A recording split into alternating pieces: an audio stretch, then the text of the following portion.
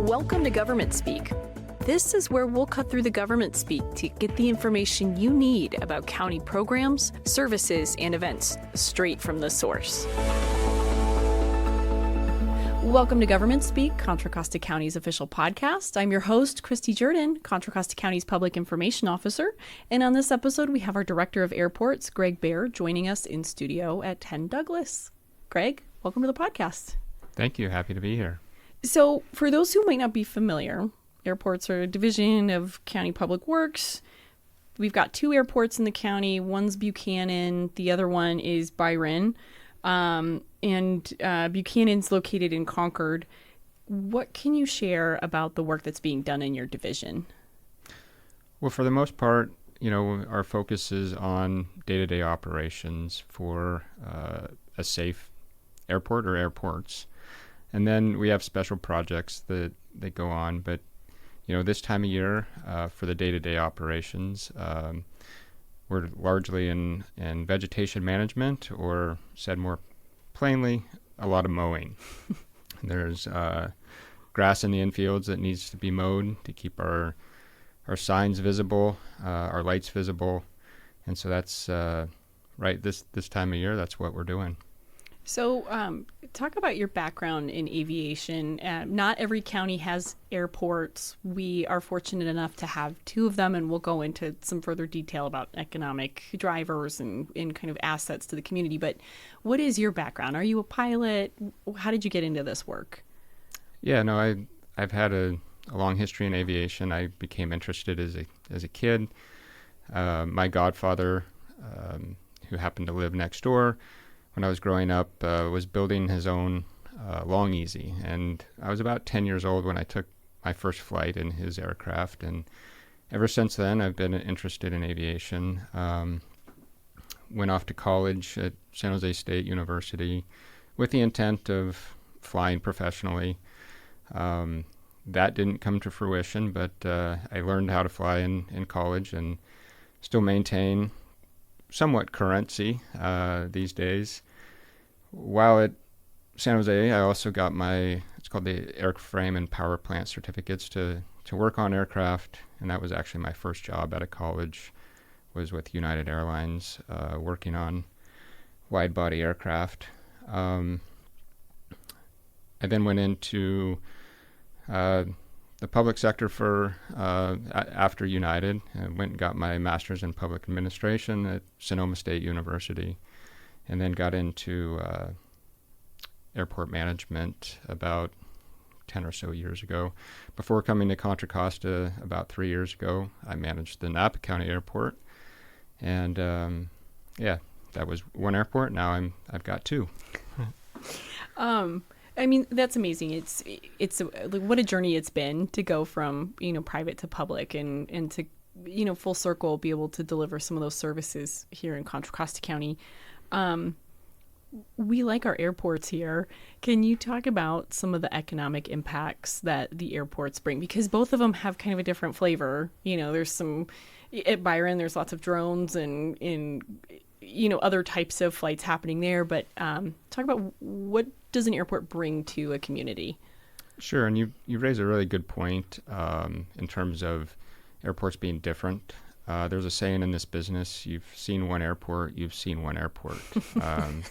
All airports are very different and unique, and ours hold true, right? So in terms of the asset that they are definitely an economic asset. We run as many municipal airports do, whether it's a city or a county. We run on an enterprise fund economic model where the intent is to be self-sufficient, self-sustaining. And we do that largely through real estate, leasing out space, hangars, buildings for businesses, etc. And so because we're an enterprise fund, we are not a line in the general fund of the county, meaning, and it is somewhat of a misnomer out there that airports are funded by tax dollars. And generally speaking, all airports strive to not be that way, and we are self-sustaining through our own fees and rents and stuff. And not only are we not taking, the airports division of Public Works is not taking general fund money as a line item. We actually generate revenue that comes to the county, to the general fund, and to the schools of the county through the different taxes that come with leasing property and taxes on aircraft on an annual basis. So, for example, typically in past years, over $1 million from the airports goes into the general fund, and equally about the same to the schools. So, again, in summary, we're not taking from the tax base, but we're actually contributing to the general fund.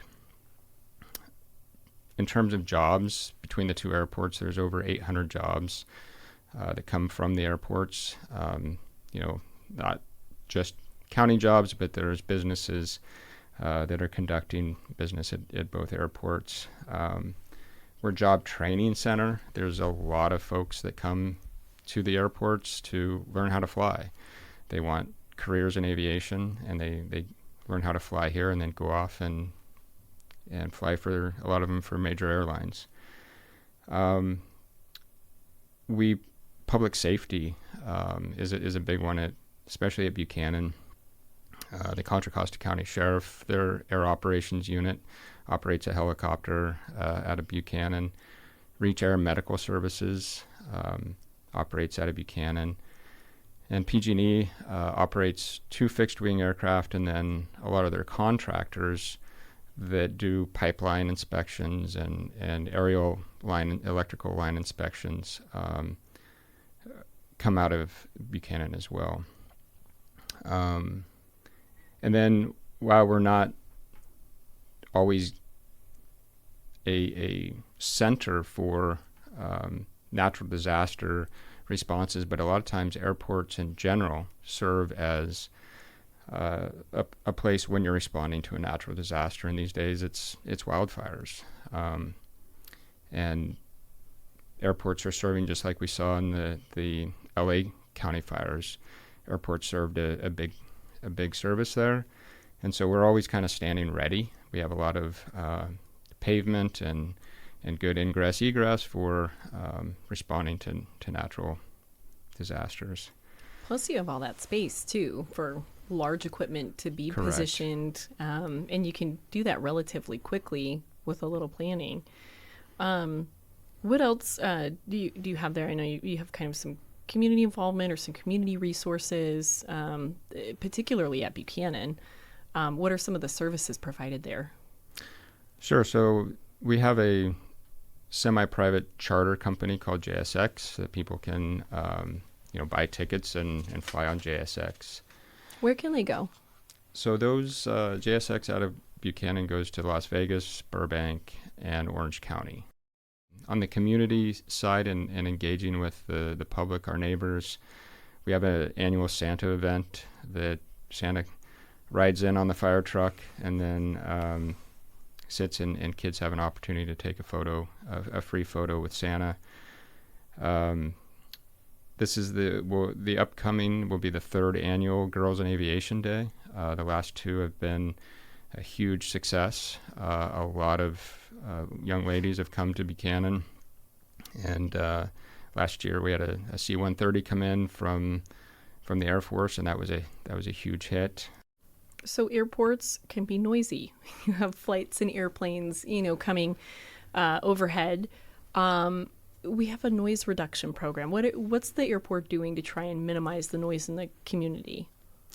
Sure. So the program's been around for a while, but it's an ongoing. It really comes down to education and reminding folks of our program, because most of it is voluntary. There are a couple pieces that are actually in a noise ordinance that are enforceable, but most of it comes from a voluntary basis. And so we do outreach to let pilots know where the sensitive areas are, the best routes in and out that have the least impact on our neighbors. Because at the end of the day, we want to be good neighbors. We want to integrate with the community. We want to be that community asset, and so it's in our own self-interest to be good neighbors. We've one of the flight schools has recently started buying a different type of aircraft that's actually much quieter than some of the other ones that they were using. And again, it's outreach. I recently met with, for example, the Contra Costa County Sheriff's Department, flying their helicopter in and out to, because, people, there's also turnover. And so when you have new people come in, they may not be aware of our program. So I met with them recently. I'll be meeting again with Reach Air Medical. They're another helicopter operator that comes and goes quite frequently.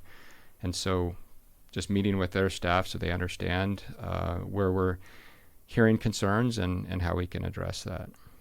So it's also just general awareness, but there's proactive efforts taking place to try to minimize the noise. If that doesn't work, how does someone submit a noise complaint or an inquiry? Navigate to our webpage, and on the right-hand side, I think it's the second tab down that says, file a noise complaint. And we've integrated that word inquiry into our vocabulary, because a lot of times people don't necessarily call to complain. They're calling to ask for information. They heard something, and why is it that way? And once we explain the why, and for example, if it's we can do the research and find out that that flight that they're calling about was, late at night or early in the morning because it was a medical response by Reach, right? And so, because a lot of times in the middle of the night, it's pretty quiet, and so once you explain the why, people understand. So it's a lot of that is an inquiry, and it's an opportunity for us to educate and share the asset that is the airport. Yeah, sometimes it doesn't come from a place of adversarial. It's just genuine curiosity. Absolutely. We've talked about some of the economic impacts in terms of job creation here in the county. What about some of the innovative technology being used at the airports? Because you don't just always see planes flying. So what else do you have going on at the airports? So prior to coming here, there was a kind of a pilot program that was started. It's called the BATS program, or Bay Area Test Site, where the county has been, the thought process has been to be welcoming to this new innovative technology and these startup companies that are working in called the urban air mobility kind of age. And so mostly at Byron, because of its location and its the airspace that's around, it's still very close to the Bay Area for travel purposes. But we've got several companies testing their different technology, and so it's pretty exciting. It's pretty cool to see some of the stuff that's going on there. The Buchanan Airport, you recently helped host a ribbon cutting ceremony there. What was that about? Can you tell us a little bit more about what's new at Buchanan? So we recently opened a new facility. It's about 18,000 square feet. It houses our administrative offices. It houses the primary purpose behind it was a new ARF facility, which stands for Aircraft Rescue and Firefighting. So it houses 2 fire trucks and amenities for our safety officers. And then the last piece is kind of more of a traditional terminal area for operators such as JSX, or if we were to get another operator that would use it as a terminal area. And so that ribbon cutting was to let the community see what we've been doing, show that it's a community benefit to have companies like JSX, and show our safety presence at the airport. And that was actually featured on Contra Costa TV, episode 5 of Inside Public Works as well. If there is one takeaway from today's discussion, what would you want people to remember the most?